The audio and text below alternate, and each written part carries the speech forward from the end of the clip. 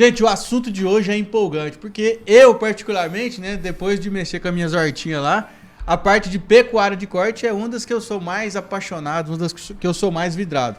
E o assunto de hoje é a parte de nutrição animal, né? Estamos entrando agora no período das águas, né? Já estamos em boa parte iniciada já desse período. E hoje nós vamos conversar sobre essa parte de nutrição desses animais, quais são as melhores estratégias, quais são os melhores produtos para serem utilizados nessa época. Então, se você é pecuarista de gado de corte ou de gado de leite, ou também ovinocultor, caprinocultor, enfim, é tudo pecuária, tá tudo ligado, né? Tudo nutrição. Vem com a gente que esse episódio está sensacional. Roda a vinheta. Bom dia, boa tarde, boa noite. Seja muito bem-vindo para mais um episódio do nosso querido podcast Agro 2.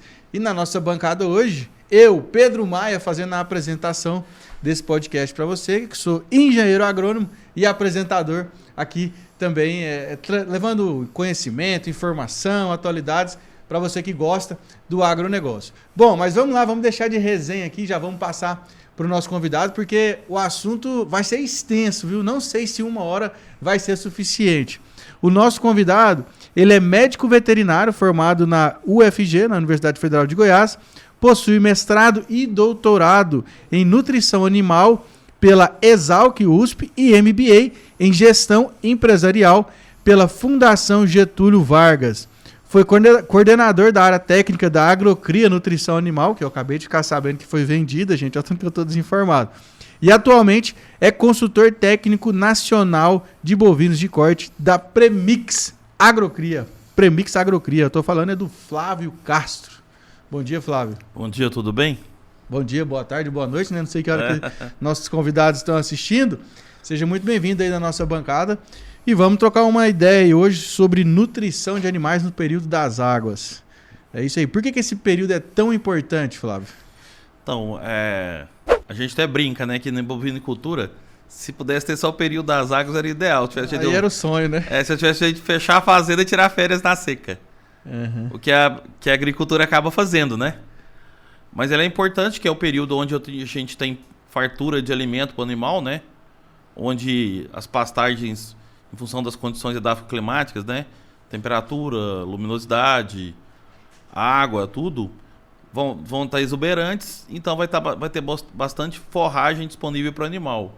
E é onde a gente consegue produzir, seja carne no bovino de corte ou leite no gado bovino de leite, com melhores condições, melhor custo, né? Uhum. Você consegue produzir com um preço mais baixo. Então, traduzindo, a época das águas é a época das vacas gordas.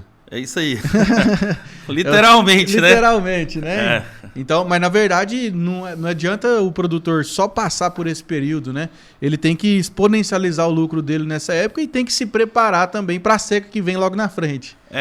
A gente fala assim, que esse período que a gente está passando agora é o momento que eu tenho que me preparar para tirar o máximo proveito aí, para fazer uma produção barata, produzir bastante nas águas e me preparar para as próximas secas, né? Entendi. E hoje, vamos lá, o produtor chegou, te procurou lá, Flávio, tá começando o período das águas aqui. O que eu tenho que fazer com a minha ração aqui? Qual que é a ração ideal para esse período? Pedro, assim, você expôs aí, eu tenho andado bastante, né? Até assim, tô vendo um momento legal da minha vida, que eu fiquei um tempo como executivo na Agrocria, e agora eu voltei para a parte técnica na Premix, né? Com a aquisição da Agrocria pela Premix, eu tô na parte de consultoria e eu ando o Brasil. E assim, eu tenho viajado bastante, e esse ano tá um ano assim bem complicado, eu vejo. Tá, né? Porque a gente teve uma seca forte e teve uma outra do ano passado. Então, muita fazenda tá sem pasto. E no meio teve uma guerra aí que subiu o preço do fertilizante lá em cima, e agora, né? O gado voltou o preço, nós estamos com o animal, o bovino mais barato do que os insumos. Então tá desproporcional os preços, né? Nossa, então a margem tá ruim. Tanto é que o confinamento, hoje quem tem boi confinado, é um assunto aqui, mas quem tem boi confinado tá perdendo R$1.000 por boi. É mesmo? Tá bem complicada a situação. E aí o Estado ainda quer criar uma taxação nova, né? Fica bem bom, complicado. Né? Mas assim, então, esse ano tem esse agravante, mas normalmente nesse período, quando começa a chover, e você começa a ter passagem de qualidade, e principalmente na primeira metade do período das chuvas, porque a gente pode dividir o período das chuvas em duas partes. Uhum. Se a gente tiver aqui em Goiás, vai depender muito de quando começa a chover, mas normalmente, novembro, dezembro e janeiro, porque a maioria das nossas pastagens são de braquearão, né? Perfeito. Então, nesse período, eu vou ter uma forragem com muita folha e pouca haste. Muita massa, né? Muita folha mesmo. Muita folha. E aí, quando o capim não deu semente, ainda vai dar semente no final de janeiro e de fevereiro, então eu tenho um capim de alta qualidade. Esse capim de alta qualidade, a gente tem que saber usar ele também. Por quê? Porque ele vai estar rico em proteína. A proteína, vamos falar médio. Você consegue aí 10, 11, 12% de proteína. Então atende a exigência do animal. E a energia tá boa também, então você vai ter uma deficiência de micro. Principalmente de minerais. Uhum. Então para eu focar, para ter um bom desempenho nesse período, que é onde eu vou ter que conseguir os maiores ganhos de peso e menor custo, a primeira coisa eu tenho que ter um manejo bom do pasto. Eu tenho que saber manejar meu pasto, ou ter uma carga adequada e que favoreça o acúmulo de folha, ou seja, que tenha folha disponível para o animal pastejar. Peraí, então acho que você falou uma coisa que assim, que eu peguei aqui que foi fantástico. E o produtor tem que anotar que, na verdade, o pecuarista, ele é um produtor de pasto. É isso aí. Porque se ele não tiver esse pasto bem manejado, vai ficar mais caro para ele produzir animal, porque ele vai ter que entrar com a suplementação de coxo mais efetiva. Claro. Quanto melhor for o manejo de pasto dele, e que ele for melhor para produzir folha, para manejar para ter folha, menos ele vai investir em suplemento e maior vão ser os ganhos de peso. Perfeito. Então isso é uma coisa que tem que ser bem focada. E nem sempre se seu manejo é ruim, tem um excesso de animais, por exemplo, esse ano está tendo muito isso.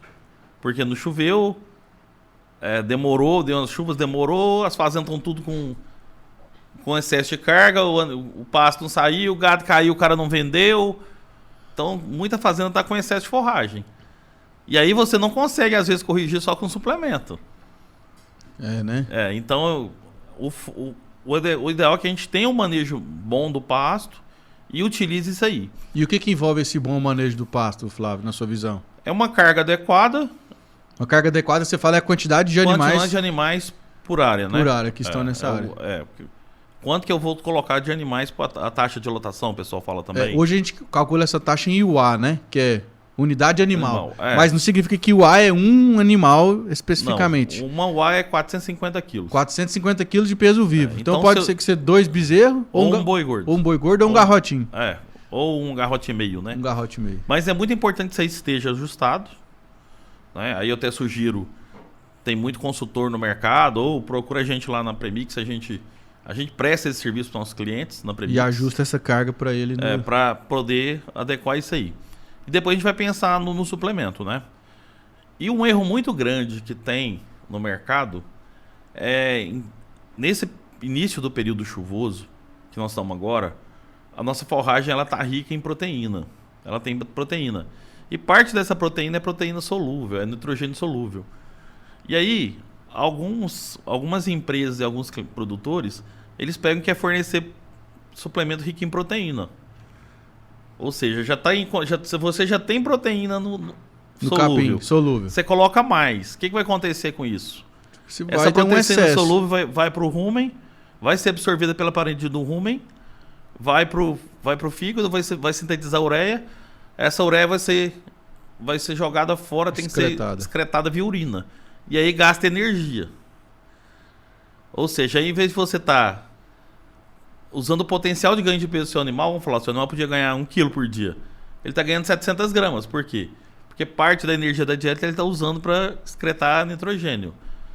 Então, assim, um dos segredos do início das águas, no período das águas da primeira metade, é a gente fazer essa compensação aí, fornecer uma quantidade adequada. Às vezes você trabalha só com mineral, dependendo da fazenda. E se você for partir para suplemento, aí você tem que fazer um sincronismo da fração nitrogenada com o que você vai fornecer de carboidrato para ter a máxima síntese de proteica no rumen, máxima fermentação da massa e vai gerar o máximo desempenho do animal, né?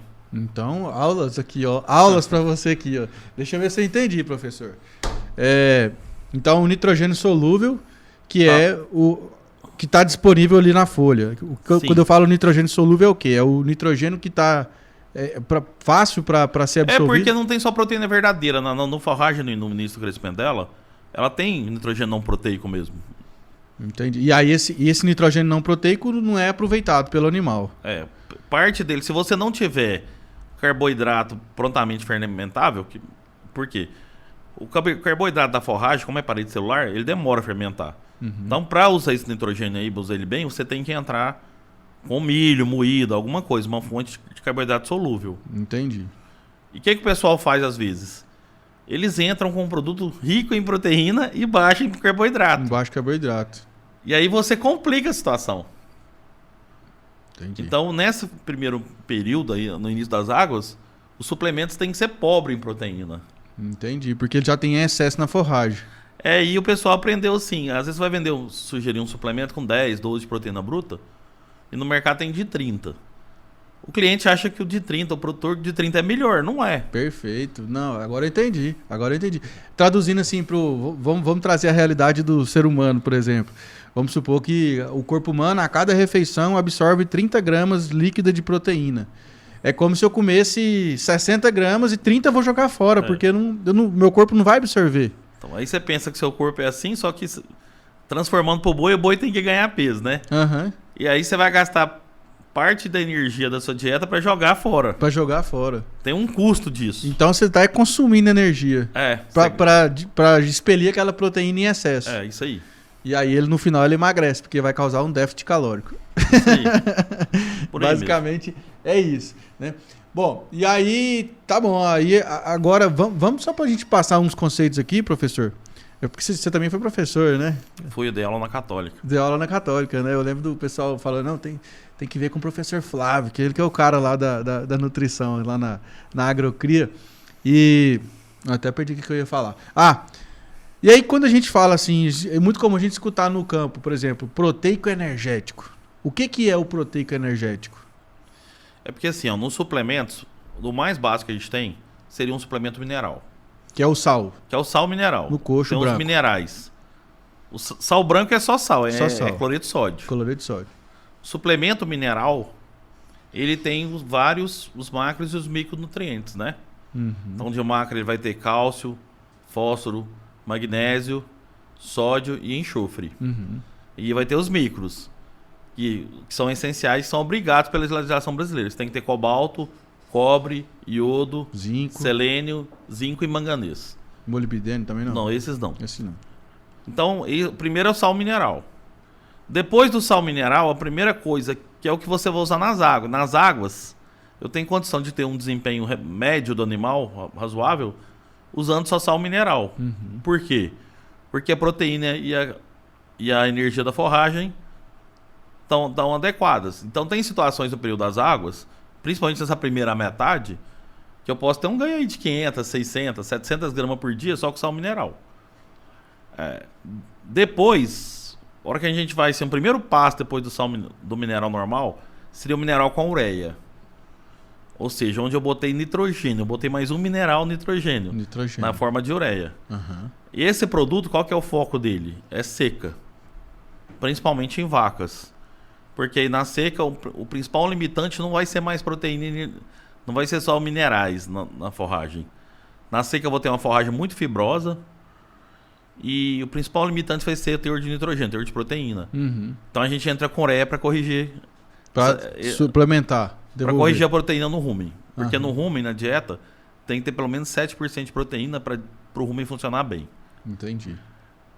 Aí, do sal com ureia, teve uma evolução no mercado que criou-se o sal proteico, suplemento mineral proteico, conhecido como proteinado. Conhecido como proteinado. O que é isso? E são de baixo consumo. Normalmente os proteinados são de 1 grama por quilo. Então o que é o proteinado? Eu peguei o sal com ureia e coloquei uma fonte de proteína, um farelo, né? Um farelo de soja, um DDG, um farelo de algodão e um pouquinho de fonte de grãos também. Milho, sorgo, alguma coisa. Então virou esse proteinado. E o proteinado é de baixo consumo. Porque então ele já traz saciedade pro animal. O foco dele é você fornecer pouco mesmo. Fornecer pouco. Só que os desempenhos esperados eles são baixos também. Então normalmente você fornece 1 grama por quilo de peso vivo. É o que a gente chama de proteico. Então tipo um animal de 300 quilos vai comer 300 gramas. 300 gramas por dia. Se for para o período da seca, eu posso trabalhar com isso aí, até, às vezes tem produto com 30, 40, 50 de proteína bruta. Quanto mais seco tiver a forragem, mais eu entrar dentro do período da seca e cair a qualidade, mais eu tenho que usar proteína. Os proteicos para as águas, normalmente eles têm 20 de proteína bruta, que é o mínimo que o mapa deixa produzir. Só que se você pegar o início, esse primeiro metade das águas agora, o ideal é que tivesse 10, 12. Com 20, às vezes, é até muito. É até muito passado. E principalmente se esses 20 estiver muito usando ureia para atender isso aí. Aí, depois disso aí, veio o suplemento mineral proteico energético. Porque aí eu peguei o proteinado, que comi 1 grama, e adicionei milho nele. Vamos falar, fonte energética. Aí o consumo, que era de 1 grama por quilo, foi para 3, 5 gramas por quilo. Então, se eu pegar um animal de 300 quilos, que a gente falou, no sal mineral ele vai comer umas 75 gramas. No sal com ureia, umas 120. A hora que eu vou pro proteico, 300. Quando eu vou pro energético, ele vai comer entre 1 e 2 quilos por dia. Entendi. E se a gente for pensar, a ração é um energético também. Só que a ração energética eu forneço em maior quantidade. Entendi. Aí é 1%, 1,5% do peso vivo. Entendi. Bacana, ué. Que isso aí. Aulas aqui, viu, professor? E assim, você falando isso aí, esse ano eu tava até trabalhando esses dias, estudando isso aí, porque em função do preço do boi ter baixado, o preço do bovino, né? Em geral. Né? E principalmente dos animais mais jovens caiu muito. O bezerro caiu. Um bezerro que você vendia há 1 ano atrás por 3 mil, hoje é 2 mil. Caiu muito, né? Uma bezerra que era 2, há 1 ano atrás 2, 2,5, hoje é 1.200, 1.300. Voltou, né? O preço, né? Se não tiver qualidade, até R$1.000 passa, né? Não, tem bezerra de R$1.000. Hoje você compra quantas mil você quiser aqui no estado de Goiás. Porque aí você vai, quando cai a qualidade, cai muito o preço. O que está acontecendo? Que eu te falo que a gente até comentei antes. E teve um desajuste, caiu o preço do animal, só que os insumos estão voltando, mas não caíram tanto. Fosfato bicálcico chegou a valer R$6.000 uma tonelada. Hoje está 4 mil. Mas o preço normal dele era 2 mil. Então tem muito milho, está 80, 90 reais. 90 reais a saca para subir, né? Subindo. Subindo e tendência de subir mais. Então teve aí um desajuste agora nesse negócio aí. Tanto que, pelos dados da Associação Brasileira de Produtos e Suplementos Minerais, o mercado está decrescendo em torno de 10% esse ano. Mas por que isso acontece, hein, Flávio? Cara, assim, o preço do gado é ciclo pecuário, né? Mas assim, você acha que isso está relacionado com o monopólio de frigorífico no Brasil? Não, acho que não tem isso aí, não. Porque, assim, a gente não deixa de comer carne, né? O brasileiro, acho que é um dos países que mais consome carne no mundo. E aí, a gente tem a demanda, tem o mundo inteiro que compra nosso gado, porque o nosso gado é de qualidade, e o preço não reage. Mas o mercado interno caiu o preço. Nós não estamos numa condição boa econômica, né? Então, assim, caiu o preço. E bovino é cíclico. Bezerro ficou caro, o que acontece? A arroba do boi ficou cara, o pessoal larga de matar a vaca para vender bezerro, porque o bezerro fica caro. Valoriza. Aí você enche... Essa falta de vaca no mercado faz o preço do boi subir mais ainda. Existe até o jargão que o pessoal fala que a vaca manda no boi, né? Quem manda no preço de bovino, de corte, de carne, é vaca, não é boi. Então, quando você não tem vaca sendo abatida, o foco do produtor é segurar a vaca para fazer bezerro, o boi sobe a arroba. É o que nós vimos 2 anos atrás. O que acontece? Você segura 2, 3 anos, você vai ter um excesso de bezerro no mercado. A hora que você tem um excesso de bezerro no mercado, o preço do bezerro cai normalmente. Muita oferta. Aí a hora que o preço do bezerro cai, o que acontece? O cara ele não consegue sobreviver mais só vendendo bezerro. Aí ele tem que vender vaca. Aí ele começa a bater vaca. Aí o preço do boi já está abaixo. Começa a ter muito abate vaca, joga o preço da arroba mais para baixo ainda. E só vai subir quando? Quando faltar boi. Entendi. Então, provavelmente, o ano que vem vai ser um ano que nós não vamos ter preço de arroba muito alto. Deve ficar no patamar que tá aí. Vai se manter ou diminuir. E você conversa com o pessoal de frigorífico também, o que aconteceu? Há 2 anos atrás, nós tivemos a China entrando com o problema da peste suína e comprando carne e comprando de qualquer preço. E hoje os chineses não estão assim mais com essa... Eles já corrigiram o problema. Já ajustou a curva. da carne de suíno que eles não tinham. Então ele tá puxando carne? Tá, mas não tá mais pagando preço louco, né? Mas eu tava te falando, então assim, que a gente tá no momento, a gente vê assim hoje, nós da Premix vemos isso aí hoje. Nós estamos num ano agora de pensar em produzir arroba de pasto. Que é mais barata, né? Com menor uso de grãos, porque tá caro usar grãos. Com milho de 90, 80, 90 reais, tem gente falando em milho vai chegar a mais de 100. Vai. 110 é fato. Então, a China tá indo buscar milho. Praticamente fica inviável você confinar boi para vender boi de 280. Então esse ano vai ser um ano que nós vamos ter que focar a produção em tentar fazer arroba de pasto. E a gente estava até simulando essa semana também. A hora que você vai fazer arroba de pasto, com o preço de insumo tudo hoje também, não tá ruim. Não. A arroba de pasto hoje, ela tá saindo na faixa aí de... Quando você considera o preço de compra e de venda, você considera o preço do animal que você comprou um bezerro, vamos falar assim, então você vai ter que diluir, que vai ter um ágio do bezerro, né? Uma arroba de pasto hoje está saindo na faixa de R$200. Se você tirar esse preço do bezerro e pensar só no custo de produção mesmo, é em torno de R$100, 80, R$100. Então a situação não está ruim. E assim, se a gente tirar uma fotografia da pecuária de corte no Brasil hoje, o que está acontecendo? Tem duas coisas. Quando eu olho a reposição, como o preço do bezerro caiu, do animal caiu, e do boi não caiu tanto, né? E boi já começou a subir de novo, né? Estão falando de boi já de 280 aqui em Goiás, 290. A hora que o cara abate o boi e vai comprar um bezerro, ou vai repor, a situação dele tá melhor do que 2, 3 anos atrás. Uhum. E aí ele tá no meio do giro, né? Então isso aí tá bom. O que tá ruim? É a despesa dele. É quantas arroba que ele gasta pra pagar o giro mensal dele, entendeu? Isso aí que tá o ruim da conta. E assim, tem muita gente com boi bezerro caro no pasto, né? Tem muito boi aí que tá no pasto que foi bezerro de R$300. De R$3.000. Pagou R$450 a arroba do bezerro. Tipo um ágio pesado ali em cima, né? Que pra tirar isso pra trás. E aí as pessoas se enganam. Aí que eu acho que é um dos maiores problemas nossos hoje. Por que o cara acha? Não, eu comprei um bezerro. E nesses momentos também, Pedro, que tava caro, muita gente entra, que não é do negócio. Muito aventureiro. E agora ele tá lá com um animal caro.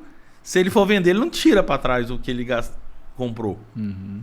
Ou seja, às vezes o cara tem um animal que ele comprou por 3 mil. Vamos falar, ele gastou R$100 por mês. Vamos chutar um número aí.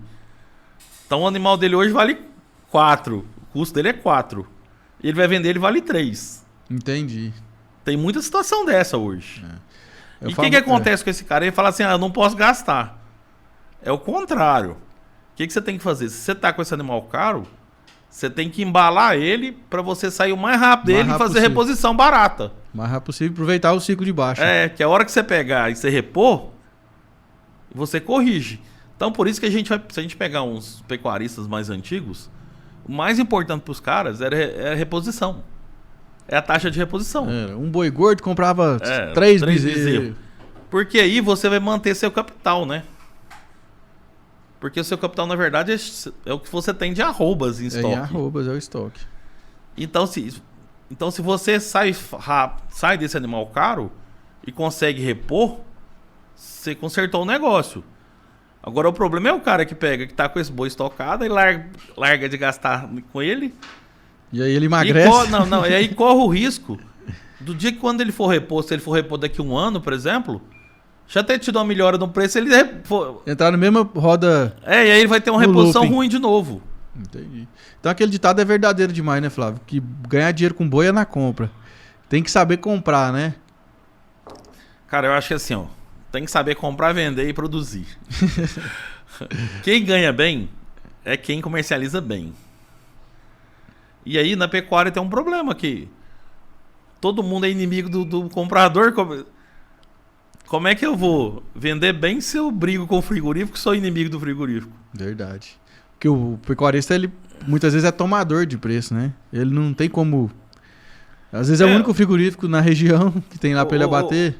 Ô Pedro, eu penso assim, tem situações que quando eu não tenho condição de de ter um efeito sobre aquilo, não adianta ficar chorando. Perfeito. Então o que acontece? O pecuarista ele nunca vai ser Quem põe preço nas coisas hoje é quem compra, é o mercado, né? É o mercado. Quando eu fiz o meu MBA lá na FGV, eu cheguei lá e falei, vou aprender essa formação de preço. Os caras falam assim, que não tem formação de preço, mas não. Essa disciplina não existe. Quem põe preço é o mercado hoje. Você vai fazer uma gestão de custo para ter uma margem. Competir com esse preço. E quando você trabalha com mod é assim. Então quem produz boi, ele não vai... A interferência dele no preço do boi é mínima. Ele pode fazer algumas coisas, fazer um boi rastrear um boi, fazer uma qualidade, confinar para ter um boi de melhor qualidade, para ter um maior valor de arroba agregado, né? De bonificação, né? E aí o que eu acho onde que o pessoal peca? Mas tem jeito de você planejar a sua venda. Então, eu vejo assim, como é que seria o correto de fazer? É chegar agora em novembro, você vacinou o gado. Você tem o seu estoque, você sabe seu estoque em arroba. Pô, então você pode pegar seu gado, planejar ele inteirinho. O Rodrigo Albuquerque fala muito isso aí. Plano de voo. Os planos de voo dele. Pô, então você pega o gado da fazenda inteirinho, planeja quanto que você vai ter boi para vender. E hoje você já começa a vender seu boi. Seu boi que você vai entregar lá em maio. Trava, né? Faz uma call.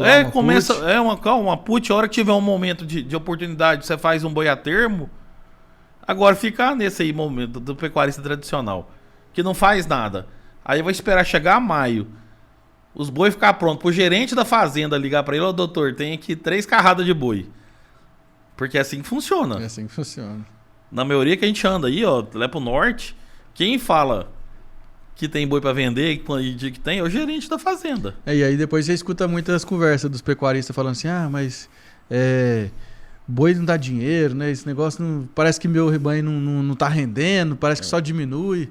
Mas são esses pequenos detalhes, né, professor Flávio, que a gente vai vendo, porque o que transparece, né, o que a gente vê é que esse mercado não está aceitando mais amadores, né?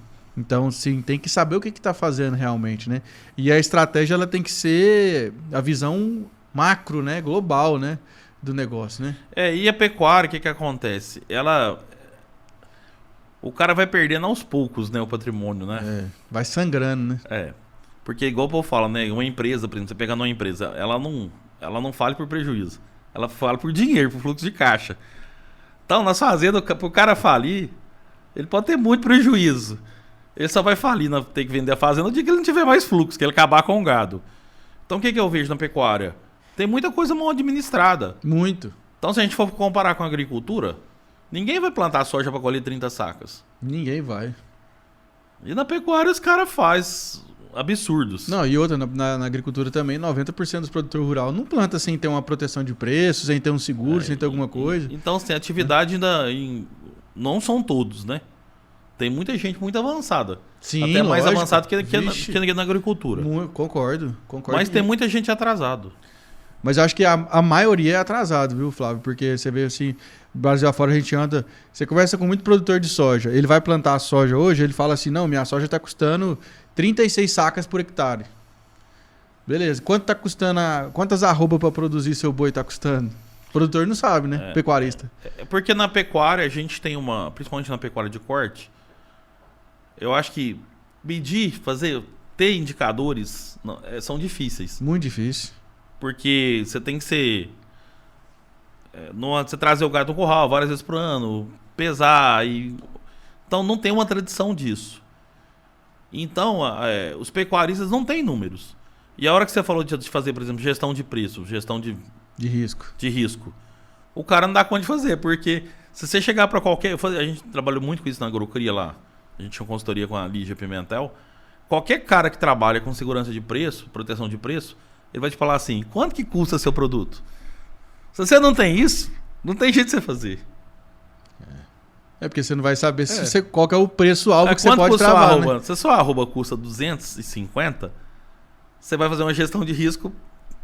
nesse parâmetro, né? É 250. Agora, se eu não acima disso aí, eu já estou ganhando, né?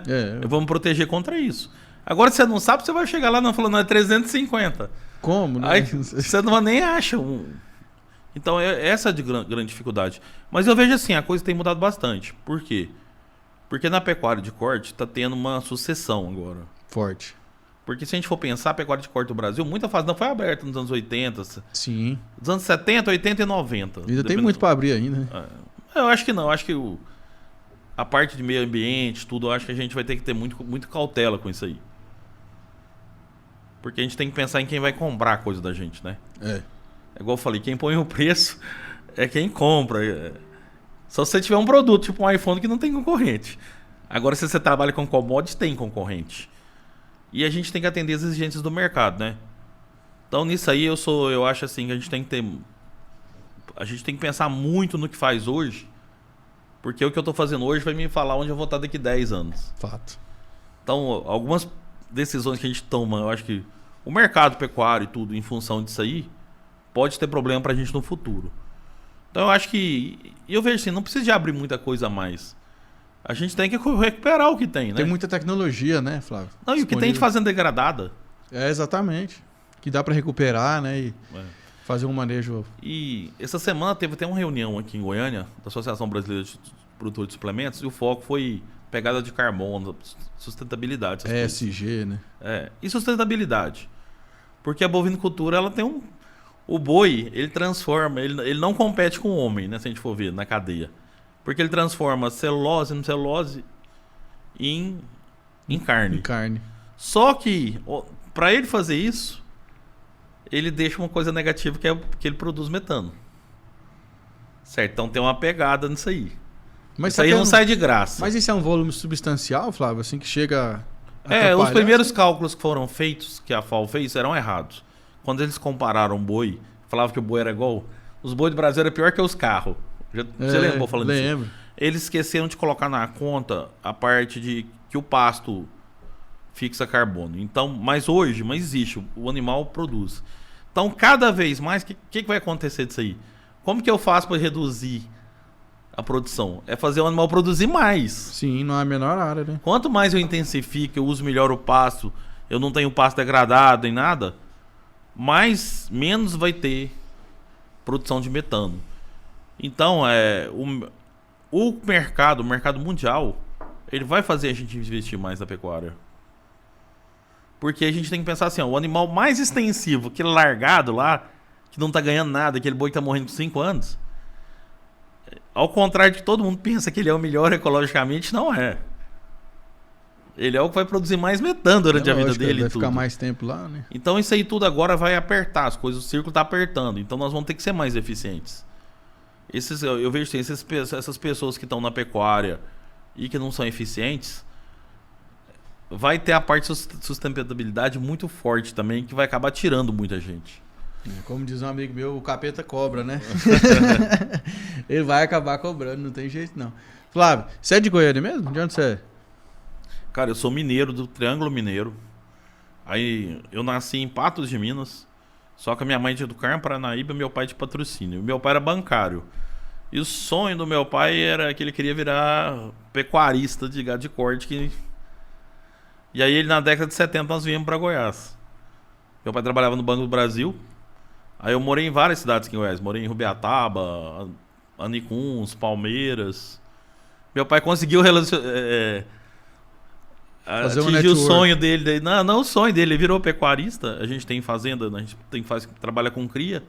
Nós temos fazenda em Nova América e em Itapaci.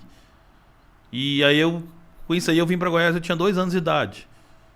Então aí eu formei aqui. Daí que surgiu sua vontade de fazer veterinário também? Cara, desde pequeno, assim, você fala para mim, o que você quer ser? Eu queria ser veterinário. Só veterinário, zootecnia, agronomia não passou pela sua cabeça? Não, porque o que acontecia? Na época que eu fiz faculdade, eu entrei na faculdade de 90. Então não tinha curso de zootecnia aqui no estado de Goiás. Aliás, acho que tinha em Rio Verde, na Federal só tinha veterinária. Então eu acabei fazendo veterinária. E depois eu queria estudar mais, eu pensava em ser professor, né? Aí eu fui para Exalc, que aí eu fui para uma escola, fui fazer mestrado. Quando eu fui fazer meu mestrado, o que eu pensei? Eu quero ir para uma escola que os caras dão assistência.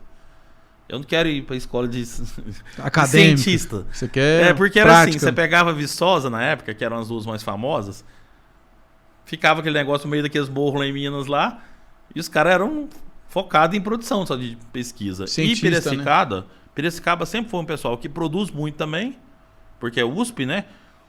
Mas sempre deram consultoria. E eu fui trabalhar com um cara que dava muita consultoria também.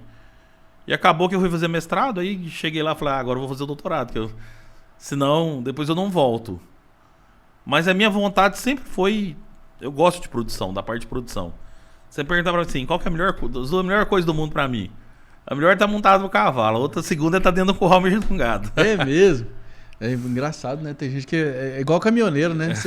O caminhoneiro, pra ser caminhoneiro, tem que gostar demais também, né? Cara, eu falo assim, ó, quem tá fazendo o que eu faço hoje, se não gostar, não dá conta. Por quê?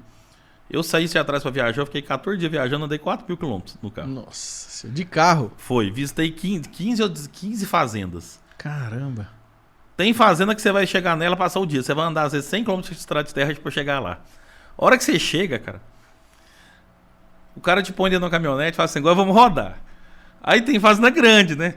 Aí tem fazenda durante o dia, você roda 80 km lá dentro tomando sol. Normalmente as caminhonetes dentro das fazendas são caminhonetes duras. E a porteira, fecha a porteira, desce e para, e dá vai ali, olha, aí... Pô, é um negócio cansativo. Então, você tá assim, num dia você vê lá 10 mil boi, 5 mil boi, e em 30, 40, 50 pastos, se o cara não gostar... você tá certo. Então, assim, eu gosto pra caramba, entendeu? Se eu chegar no lugar, eu quero andar, eu quero ir pros pastos, quero ver boi, quero ver as coisas. Então, isso aí dá muita... vamos falar assim... satisfação, né? Eu tenho uns amigos meus, eu tenho um Instagram até bem ativo, que eu posto muito fotos das fazendas que eu tenho ido. Aí todo lugar que eu chego por cima, você tá andando, hein? Andando igual notícia ruim. Show demais. Flávio, ficou faltando alguma coisa que a gente não falou? Algum ponto importante, você acha? Eu acho não, Pedro. Eu acho assim, ó. Se a gente pega pra gente fechar, né? A gente tá numa situação, num momento crítico, principalmente no estado de Goiás. Ontem mesmo eu fui nas propriedades, porque não tá chovendo bem. Tem muita gente perdendo soja aí, né? Tem replantio aí. Então assim, a condição de pasto não tá boa. Então tem que tomar muito cuidado aí pra não ter problema. E tá bem orientado, procurar um técnico pra ver o que faz, né? Então esse eu acho que é um momento assim, difícil. Mas graças a Deus começou a chover. A fazenda nossa lá mesmo esse ano foi terrível.